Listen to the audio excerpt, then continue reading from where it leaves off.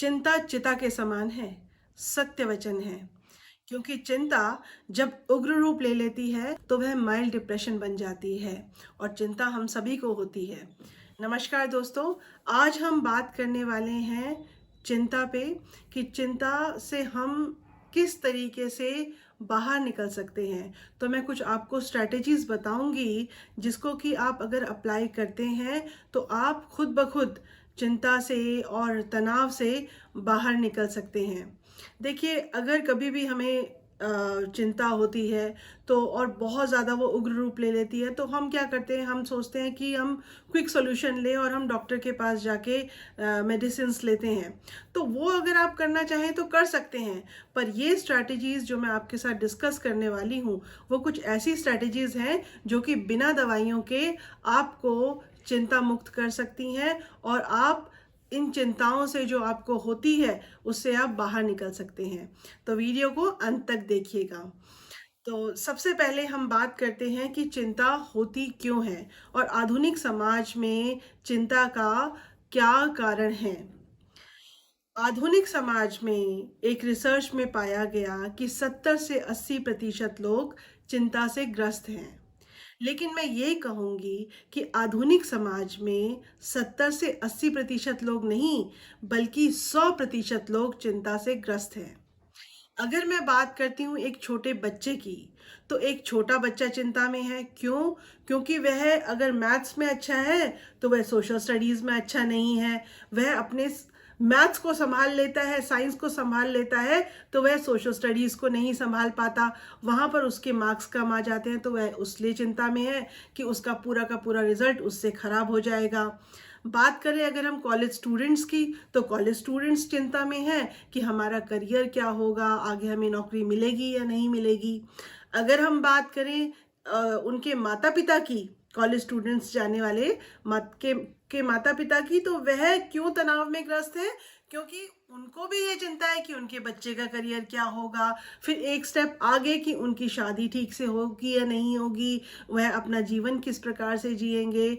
और उसके बाद माता पिता जो कि कार्यालय जाते हैं, जो ऑफिस जाते हैं, उनको अपने ऑफिस की भी टेंशन है कि टारगेट पूरे करने हैं। कार्यालय में कई बार हमारी आपस में अपने कलीग्स से नहीं बन पाती, अपने बॉस से नहीं बन पाती, उसकी भी हमें चिंता रहती है। फिर बात करें अगर हम अपने बुजुर्गों की, तो वह भी तनाव में ग्रस्त हैं, वो भी चिंता में है। क्यों? क्योंकि कई बुजुर्ग तो ये समझते हैं कि वह अपनी ज़िंदगी में जो करना चाहते थे वह नहीं कर पाए, और कई ये सोचते हैं कि हमने अपने परिवार के लिए इतना किया लेकिन आज हम दरकिनार पड़े हुए हैं और जो हमें सम्मान मिलना चाहिए था वह हमें सम्मान नहीं मिल पा रहा। तो आप ये देखिए कि छोटे बच्चे से लेकर बुजुर्ग तक सभी चिंता में ग्रस्त हैं। तो हम किस तरीके से इस चिंता से बाहर आ सकते हैं, हम वो इस वीडियो में बात करने वाले हैं। स्ट्रैटेजीज को बताने से पहले मैं चिंता के लक्षणों के बारे में बात करूंगी कि आप कैसे पहचानें कि आप चिंता के मायाजाल में फंस गए हैं। एक शब्द है रूमिनेशन।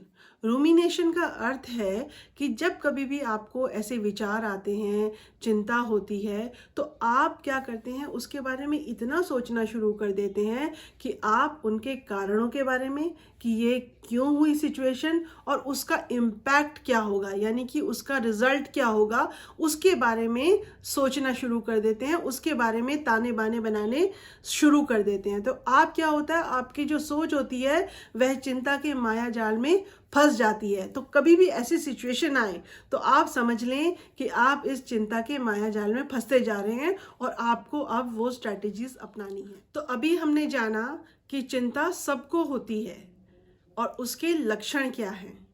अब हम बात करेंगे इनकी स्ट्रैटेजीज पर कि कभी भी अगर आपको चिंता होती है तो आपको किस तरीके से उससे बाहर निकलना है या उससे पार पाना है।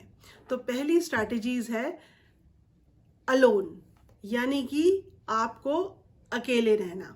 कभी भी दोस्तों आपको चिंता होती है तो आपके लिए आजकल एक शब्द का प्रयोग हो रहा है, मी टाइम। आप ऐसा कर सकते हैं कि आपको कभी भी चिंता हो तो आप एकांत में जाके बैठें और उसके बारे में ये सोचें कि ये क्यों हुई और मैं इससे किस तरीके से बाहर निकल सकता हूँ। लेकिन इसमें सोचने वाली बात ये है कि आपको इससे बाहर निकलने का, इसका सॉल्यूशन क्या हो, उसके बारे में सोचना है अकेले जाकर। ये ना हो कि आप कहीं अकेले जाएं और अकेले में बैठे और फिर उसके बाद कि ये चिंता क्यों हुई मुझे, इसका इम्पैक्ट क्या होगा, यानी कि उसका कारण और उसका इम्पैक्ट, उसी के बारे में सोच के कहीं आप फिर उस माया जाल में ना फंस जाएं। ये आपको ध्यान रखना है। तो आपको कभी भी अगर चिंता होती है, अगर आप अकेले जाते हैं, तो पहले तो आप किसी को बता दें कि this is my me time और मैं जा रहा हूँ और मैं इतने बजे तक आऊँगा। और उसके बाद जब आप बैठें तो आप सोचें कि ये सिचुएशन क्यों आई और मैं इसका सॉल्यूशन किस तरीके से निकाल सकता हूँ। सो ये है पहली स्ट्रैटेजी। दूसरी स्ट्रैटेजी है सोशलाइजेशन, यानी कि पहली स्ट्रैटेजी से बिल्कुल विपरीत, अकेले रहने की बजाय आप सोशलाइज हुए। आपको अगर अच्छा लगता है कि आप दोस्तों के साथ बैठे, आप किसी बुज़ुर्ग से अगर सलाह लेना चाहते हैं या किसी पर जिसको आपको भरोसा है उससे बात करना चाहते हैं, तो आप उनसे अपनी चिंताओं को डिस्कस कर सकते हैं। लेकिन यहाँ भी ध्यान ये रखना है कि आपको उसको सॉल्यूशन निकालना है। ये ना हो कि आप फिर उनसे भी यही बात करने लगे कि इसका कारण क्या था और इसका इम्पैक्ट क्या था, और माया जाल में खुद भी फंसे और आप दोनों के दोनों उस माया जाल में फंस जाएं। और दूसरी बात आपने एक और ध्यान रखनी है कि जब कभी भी आप सोशलाइज हों तो आपको ऐसे लोगों के साथ जाना है जो कि पॉजिटिव एटीट्यूड वाले हों, नेगेटिव एटीट्यूड वाले ना हों, नहीं तो वो फिर आपको इसके माया जाल में फंसने में और मदद कर देंगे। तो आपको पॉजिटिव लोगों के साथ रहना है कि जिससे कि आपको इस प्रॉब्लम का सॉल्यूशन मिल पाए। अब हम बात करते हैं अपनी थर्ड स्ट्रैटेजी की। थर्ड स्ट्रैटेजी है catch the train of rumination, यानी कि कभी भी आपको अगर ऐसी चिंता आने लगे और आप सोचने लगे कि अरे ये तो मैं उसी माया जाल में फंसता जा रहा हूँ कि मैं कारण और इम्पैक्ट के बारे में सोचता जा रहा हूँ अपनी चिंताओं के, तो आपने उसी वक्त ही उसको होल्ड कर लिया अपने थॉट को, और आपने सोचा कि नहीं, मैं दोबारा उस माया जाल में फंस रहा हूँ, मेरे को इसमें नहीं जाना। यानी कि आपको उस थॉट को पकड़ लेना है, उस रेल को, जो आपकी सोच की रेल है उसको थाम लेना है, उसको आगे नहीं बढ़ने देना। और उसी वक्त आप क्या करें, आपको जिस चीज़ में खुशी मिलती है, अगर आपको गाना गाने में खुशी मिलती है, आपको खाना पकाने में खुशी मिलती है, या कोई भी ऑल्टरनेटिव वर्क या कोई मोटिवेशनल थ्योरी सुनने में, आपको वीडियो सुनने में आपको खुशी मिलती है, या कोई स्पोर्ट्स चैनल देखने में आपको खुशी मिलती है, आप वो तुरंत देखना शुरू कर दें। तो आपका ध्यान, आप देखेंगे कि तुरंत उस थॉट से निकल गया। फिर हमारी आती है फोर्थ स्ट्रैटेजी, जो कि है रोना। आपको लगेगा कि मैं क्या बात कर रही हूँ, मैं बिल्कुल ठीक बात कर रही हूँ। अगर आपको कभी चिंता हो और आपका मन रोने को कर रहा है तो आप रो लीजिए, बहने दीजिए आंसुओं को, और ये सोचिए कि मेरे आंसू ये निकल रहे हैं, ये मेरा सारी दुख और सारी चिंता निकल रही है, और ये निकलते निकलते बह गई, और अब मैं बिल्कुल प्योर स्वच्छ हूँ। और रोते रोते जिंदगी को ये कहना है कि ए जिंदगी, मैं सिर्फ थका हूँ, हारा नहीं हूँ, मैं फिर खड़ा होऊंगा, फिर नई सिचुएशन में लड़ूंगा और मैं सक्सेसफुल होऊंगा। हर चुनौती को स्वीकार करता हूँ तेरी मैं। पांचवी स्ट्रैटेजी है एक्सरसाइज। कभी भी आपको अगर चिंता होती है और रूमिनेशन की स्टेज आती है तो आप एक्सरसाइज कर सकते हैं। एक्सरसाइज करने से हमारी जो बॉडी सेल्स होते हैं वो बहुत तेज़ी से वर्क करने लगते हैं, क्योंकि फिजिकल मूवमेंट होती है और हमारी बॉडी में ऑक्सीजन का लेवल बढ़ जाता है, और उसके कारण हमारे जो जितने भी नेगेटिव थॉट होते हैं वो कहीं इवेपोरेट हो जाते हैं, वो हट जाते हैं और पॉजिटिव थॉट आने लगते हैं। और थोड़ी देर बाद हमको अच्छा लगने लगता है। जब स्वेटिंग होती है, जब हमारी सांस फूलती है, हम उन सांसों को कॉन्सेंट्रेट करिए, उन सांसों पर, उनको सुनिए, उनको सुनने की कोशिश करिए। आप देखेंगे कि वो जो आपकी चिंताएं और थॉट थी वो कहाँ चले गए, आपको पता ही नहीं चलेगा। अब हम बात करेंगे सिक्स्थ स्ट्रैटेजी की। छठी स्ट्रैटेजी है हमारी पर्सनल ट्रीट। कभी भी आपको अगर चिंता होती है और आप रूमिनेशन की स्टेज में आ जाते हैं तो आपको अपने आप को ट्रीट देनी है। किस तरीके से? अब आपने ये देखना है कि आपको किस चीज़ में खुशी मिलती है, क्या चीज़ आपको अच्छी लगती है। फॉर एग्ज़ाम्पल, अगर आपको तैयार होना अच्छा लगता है, अच्छी ड्रेसेस पहनना बहुत अच्छा लगता है, तो आप वो करिए। आप अपनी फैमिली को बताइए कि आज मैं अपने जो मैंने स्ट्रगल की है उसको मैं इंजॉय कर रहा हूँ, आज उसको मैं सेलिब्रेट कर रहा हूँ। तो आपको अपने आप को ट्रीट देनी तो बनती है। तो आप किसी रेस्टोरेंट में भी जा सकते हैं, वहाँ बैठ के आप कॉफ़ी पीजिए, आप अपने फ्रेंड्स से मिलिए और उनसे भी अपनी बातों को शेयर करिए। तो आप देखेंगे कि आपको बहुत अच्छा लगेगा। तो सेल्फ ट्रीट तो बहुत ही मस्ट है। 7वीं स्ट्रैटेजी है हमारी कॉग्निटिव रीफ्रेमिंग। दोस्तों, ये बहुत इंपॉर्टेंट स्ट्रैटेजी है। इसमें आपको कभी भी चिंता होती है या आप कभी भी रूमिनेशन की स्टेज पर आते हैं, तो आपको उस सिचुएशन को एनालाइज करना है। देखिए, कभी भी हमें कोई भी प्रॉब्लम आती है तो हम उसको दो तरीके से देख सकते हैं। इसको हम चलिए एग्जाम्पल से समझते हैं। हमारे चारों तरफ हम देखते हैं कई बार ब्रेकअप भी होते हैं, डाइवोर्सेस भी होते हैं। तो लोग जो होते हैं वो अंदर तक टूट जाते हैं ब्रेकअप से, डाइवोर्सेस से, कि हमने इस रिलेशनशिप को इतना समय दिया पर ये चल नहीं पाया, अगर मैं आगे भी रिलेशनशिप में आऊँ तो तब क्या होगा, कहीं तब भी मेरे साथ यही ना हो, मैंने तो इसमें इतना ज़्यादा समय लगाया, इसमें अपना इतना दिल लगा बैठे, बट मुझे कुछ नहीं मिला। और वह एक चिंता में भी आ जाते हैं, रूमिनेशन की स्टेज भी आती है और कई बार तो डिप्रेशन में भी लोग आ जाते हैं। दूसरा नज़रिया क्या है इस चीज़ को देखने का, कि अगर ब्रेकअप हुआ या डाइवोर्स हुआ तो ये सोचा जाए कि हालात ख़राब थे, हमने जितना समय बिताया वह बहुत अच्छा बिताया, लेकिन हम लोग आगे नहीं बढ़ सकते थे इस रिलेशनशिप में, और अच्छा हुआ कि हमने इस रिलेशनशिप को यहीं पर ही विराम दे दिया और हम अपने आगे बढ़ गए, जिसको कि हम दो शब्दों में कहते हैं मूव ऑन करना। मूव ऑन अपने आप में बहुत छोटा सा शब्द है, लेकिन ये बहुत ही इम्पॉर्टेंट और बहुत ही मुश्किल है। अगर मैं किसी को कहूँ कि आप मूव ऑन करिए तो वह यही सोचेगा कि आपने तो सिर्फ कह दिया, लेकिन कितना मुश्किल है ये मैं जानता हूँ। तो ये देखिए कि दो तरीके से आप किसी भी सिचुएशन को हैंडल कर सकते हैं। या तो आप उसके बारे में सोचते रहिए कि अरे ऐसा क्यों हो गया, मेरा रिश्ता ऐसे क्यों बर्बाद हो गया, या फिर आप आगे बढ़ जाइए और आप ये कहिए कि चलिए बहुत अच्छा हुआ, जितना हमने अपना समय बिताया बहुत अच्छा रहा, लेकिन आगे नहीं बन पाई तो कोई बात नहीं, हमने हाथ मिलाए और उनको गुड बाय कह के आगे बढ़ चले। वो किसी ने खूब कहा है कि वो अफसाना जिसे अंजाम तक लाना ना हो मुमकिन, उसे एक खूबसूरत मोड़ पर ही छोड़ना बेहतर। तो कभी भी आपको अगर ऐसी सिचुएशन आती है तो आप उसको मूव ऑन कर जाइए और आप आगे बढ़ चलिए।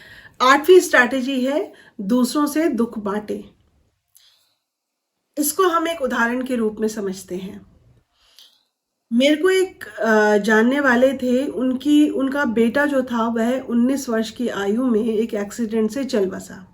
उसकी माताजी डिप्रेशन में आ गई, बहुत ज़्यादा दुखी हो गई। आप समझ सकते हैं अगर एक माँ का बेटा इस दुनिया से चला जाए, वो भी इतनी कम आयु में, तो उसके लिए कितना बड़ा उस पे पहाड़ गिर जाता है। तो वह दिन रात उसके बारे में सोचती रहती थी, ना खाने की सुध थी, ना किसी चीज़ की सुध थी, वह कुछ नहीं करती थी, लेटी रहती थी। तो एक दिन अचानक उसके घर के दरवाजे पर एक बच्चा खेल रहा था, किसी मजदूर का बच्चा था। तो उन्होंने उसको कहा कि बेटा तुम यहाँ से चले जाओ, ये आप यहाँ पर गाड़ियाँ भी आ रही हैं तो आपको चोट लग सकती है। पर वह खेलता रहा क्योंकि वह छोटा बच्चा था। तो उन्होंने क्या किया, उसको गेट के अंदर बुला लिया और कहा बेटा आप यहाँ पर खेलो, यहाँ पर आप सुरक्षित हो। और वह उसके साथ खेलने लगी। तकरीबन आधे घंटे बाद उस बच्चे के माता पिता उसको लेके चले गए, लेकिन उन्होंने ये पाया कि उस आधे घंटे में जब उन्होंने उस बच्चे के साथ खेला तो वो एक ऐसा आधा घंटा था जिसमें कि उन्होंने पहली बार अपने पुत्र के बारे में सोचा नहीं था। तो उन्होंने सोचा कि क्यों ना मैं इन सभी बच्चों को अपना बेटा बना लूं, और उन्होंने एक क्रैच खोला। उस क्रैच में गरीब और जो मजदूर बच्चे थे उनके छोटे बच्चे आते थे और वह उनका ध्यान रखती थी, उन्हें खाना खिलाती थी, और उसके बाद जब समय को शाम को उनके माता पिता को उनको वो दे देती थी। तो इस तरीके से उनका समय बीतने लगा और धीरे धीरे करके ज़रूरत से ज़्यादा बच्चे उधर आने लगे और उन्होंने तब उनका एक स्कूल भी खोल दिया। तो देखा आपने, जब ऐसी सिचुएशन आई तो उन्होंने ना ही सिर्फ इसको इतने पॉजिटिव तरीके से लिया, बल्कि वह समाज के लिए एक उदाहरण भी बन गई। तो ये कुछ 8 स्ट्रैटेजीज हैं जो कि हमने डिस्कस की, जिसके कारण हम चिंता से बाहर निकल सकते हैं। अब मैं आपसे एक बोनस स्ट्रैटेजी के बारे में डिस्कस करने वाली हूँ। ये बोनस स्ट्रैटेजी ऐसी है कि अगर आपने इसको अपना लिया तो आपको चिंताएं होंगी ही नहीं, ये मैं 100% गारंटी के साथ कह रही हूँ। आपको मेडिटेशन करना है। जी हाँ, आपको नियमित रूप से ध्यान करना है। दोस्तों, UCLA ने एक स्टडी की। UCLA is number 1 public university in US, और उन्होंने ये स्टडी में बताया कि जो लोग मेडिटेशन करते थे उनका एमाइगेडला लेस रिएक्टिव था एज कंपेयर टू दोज जो कि मेडिटेशन नहीं करते थे। अब आप ये कहेंगे कि एमाइगेडला होता क्या है? एमाइगेडला हमारे ब्रेन का एक ऐसा पार्ट होता है जो कि हमारे इमोशनल रिस्पॉन्सेस के लिए रिस्पॉन्सिबल होता है। इसको एक उदाहरण के तौर पर समझें तो आपने देखा होगा कि कई लोग थोड़ा कम उत्तेजित होते हैं, कई लोग बहुत ज़्यादा उत्तेजित हो जाते हैं। जैसे ही उनके सामने कोई सिचुएशन आती है तो कई लोग तो अपनी आंखें दिखाने लगते हैं, कई लोग थप्पड़ मार देते हैं, कई लोग तो सीधे डंडा उठा के मार देते हैं। तो कई बार आपने सुना होगा न्यूज़ में कि उन्होंने गुस्से में उसको गोली मार दी। तो क्यों? क्योंकि उनका एमाइगेडला ज़्यादा रिएक्टिव था। तो जब आप मेडिटेशन करते हैं तो आपका एमाइगेडला लेस रिएक्टिव हो जाता है। आप लोग इमोशनली इतने ज़्यादा स्ट्रांग हो जाते हैं कि कभी भी कोई सिचुएशन आपके सामने आती है तो आप तुरंत रिएक्ट नहीं करते, आप थोड़ा सा सोचते हैं उसके बारे में और आप अपना प्रॉब्लम सॉल्विंग एटीट्यूड अपनाने लगते हैं, क्योंकि आप मेडिटेशन कर रहे होते हैं। तो आज हमने इस वीडियो में जाना कि अगर हमें चिंताएं होती हैं तो हम उनको उससे किस तरीके से पार पा सकते हैं। तो आज हमने देखा कि चिंता के लक्षण क्या होते हैं और हम इससे किस तरीके से बाहर निकल सकते हैं। तो इसके लिए हमने 8 स्ट्रैटेजीज डिस्कस की यहाँ पर। तो चलिए चलते चलते उन्हें देखते चलते हैं। पहली स्ट्रैटेजीज है अलोन, जिसे कि हम मी टाइम भी कहते हैं। दूसरी स्ट्रैटेजी है सोशलाइजेशन। तीसरी स्ट्रैटेजी है catch the train of rumination. चौथी स्ट्रैटेजी है रो लीजिए। पांचवी स्ट्रैटेजी है एक्सरसाइज। छठी स्ट्रैटेजी है सेल्फ ट्रीट। सातवीं स्ट्रैटेजी है कॉग्निटिव रीफ्रेमिंग। और आठवीं स्ट्रैटेजी है किसी के साथ दुख बांट लीजिए। और इसके साथ हमने एक last but not the least bonus strategy discuss की, वो है मेडिटेशन, कि आपको नियमित रूप से मेडिटेशन करना है। वीडियो को ज़्यादा से ज़्यादा शेयर करें, चैनल को सब्सक्राइब करें और बेल आइकन ज़रूर दबाएं, ताकि जब कभी भी हम इस पे नया वीडियो अपलोड करें तो उसकी जानकारी आपको तुरंत मिल जाए। अगर वीडियो पसंद आया हो तो लाइक ज़रूर करें, कमेंट करें, और कमेंट में आप अपने अनुभव लिख सकते हैं और अपने प्रश्न लिख सकते हैं। और अगर आप कोई जानकारी चाहते हैं हमसे तो आप हमें अवश्य लिखें, मैं उसका उत्तर ज़रूर दूंगी। अगर आप कोई ख़ास तरीके का वीडियो देखना चाहते हैं तो आप मुझे कमेंट में ज़रूर लिख के बताइए, मैं उस जानकारी के साथ अपने नेक्स्ट वीडियो में ज़रूर उपस्थित होंगी। तो मैं सुप्रभा आपसे आज्ञा लेती हूँ और अपने अगले वीडियो में हम ज़रूर मिलेंगे। देखते रहिए हमारा चैनल ज़िंदगी अनकट।